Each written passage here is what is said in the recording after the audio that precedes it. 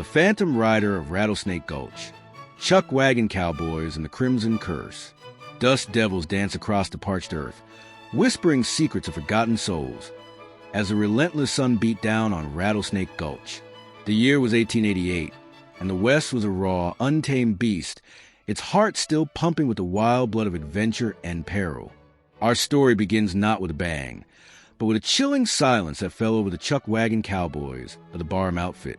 They were as tough as rawhide, these men, forged in the crucible of cattle drives and frontier justice. But even they weren't immune to the creeping tendrils of fear that began to coil around their camp like a diamondback rattlesnake. It all started when supplies began to vanish, not just a sack of flour or a tin of beans, but entire crates, as if spirited away by some unseen force. Then came the whispers, carried on the wind like tumbleweeds across the prairie. A spectral rider, cloaked in shadow, galloping across the moonlit plains, leaving no tracks but a lingering chill in the air.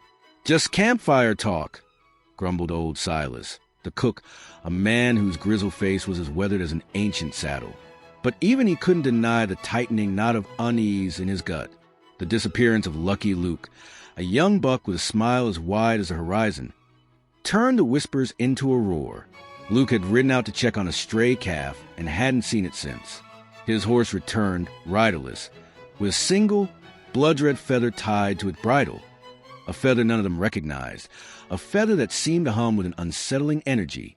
The men, usually boisterous and full of tall tales, now spoke in hushed tones, their eyes darting into the encroaching shadows. Marshal Iron Hand Hawkins, a man whose reputation preceded him like a thunderclap, rode into camp 3 days later. He was a force of nature, this lawman, his eyes like chips of flint, missing nothing.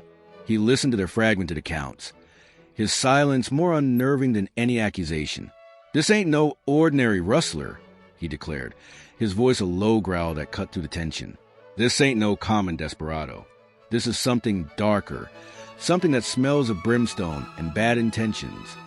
The marshal, with a grim determination etched on his face, decided they would track this phantom rider. The trail was faint, like a ghost breath on a window pane, leading them deeper into the labyrinthine canyons of Rattlesnake Gulch, a place whispered be cursed, where the very rocks seemed to hold ancient grudges. As they rode, the air grew heavier, thick with an unspoken dread. The sun dipped below the jagged peaks, painting the sky in hues of blood orange and bruised purple, and an unsettling quiet descended, broken only by the creak of saddle leather and the thud of hooves. They found it at dusk, a desolate, overgrown corral, hidden deep within a forgotten canyon. Inside, not cattle, but a macabre collection of belongings from missing cowboys, a locket, a worn harmonica, a single polished spur, and then a sound that froze their blood, a low, guttural moan echoing from the deepest corner of the corral. As they cautiously approached, Marshal Hawkins' hand instinctively went to his Colt .45. The moaning grew louder, more painful, and then, from the shadows, a figure emerged. It wasn't the spectral rider they expected, but something far more horrifying. A man, his clothes tattered, his eyes wide with an unspeakable terror, his face a mask of gaunt desperation. It was Lucky Luke, alive, but barely.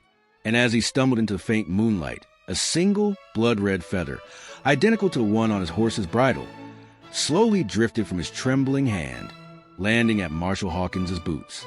Just as the marshal bent to pick it up, a chilling, unearthly whinny echoed to the canyon, and a massive, shadowy form, its eyes glowing in eerie red light, burst in the darkness behind Luke, its spectral hooves kicking up dust that seemed to shimmer with an unnatural luminescence.